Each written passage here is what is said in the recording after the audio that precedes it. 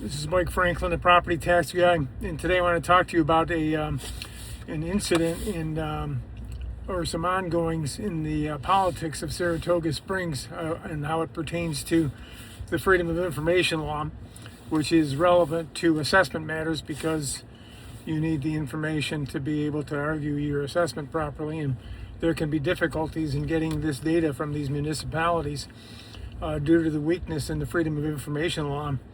But what I've learned recently is that perhaps it's not as weak as I had anticipated. Perhaps we weren't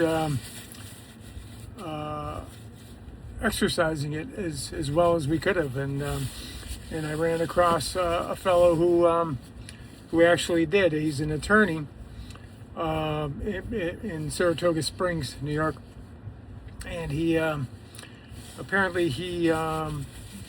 interned in law school for State General Services Office or something, and they would give him apparently they gave him the task of looking at some data to determine whether or not it's required to be provided.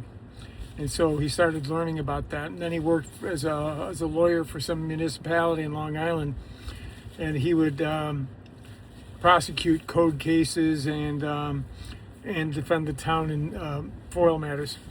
And so he got some experience doing that. But anyway, he got into politics in Saratoga Springs. Apparently, he's the president of the Republican Party over there, and because he's been quite effective in some of the things that he's doing. And what he did do was I believe he was part of a group that was concerned about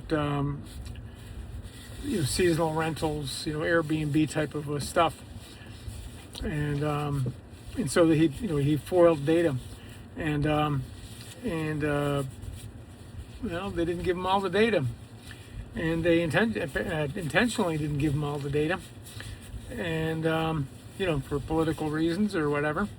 And he found out that there were parts of the data that was missing, and that he could establish that it was missing.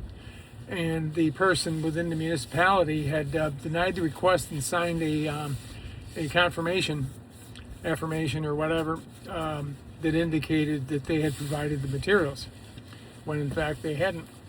And so he was able to do something that nobody else, is my understanding, in the state has ever done, and had the guy prosecuted.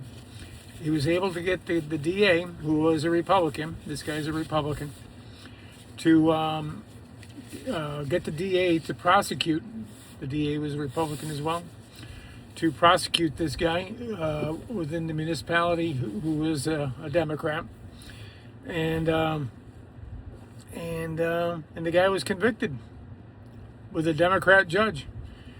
And although the Democrat judge has a lot of family that are Republicans, so who knows? Maybe he's just a good judge. But anyway, so the interesting thing about it is I think the fine is only like $600, so it's not like it's the end of the world. But then the guy tried to get the municipality to, the defendant tried to get the municipality to to pay his attorney's fees.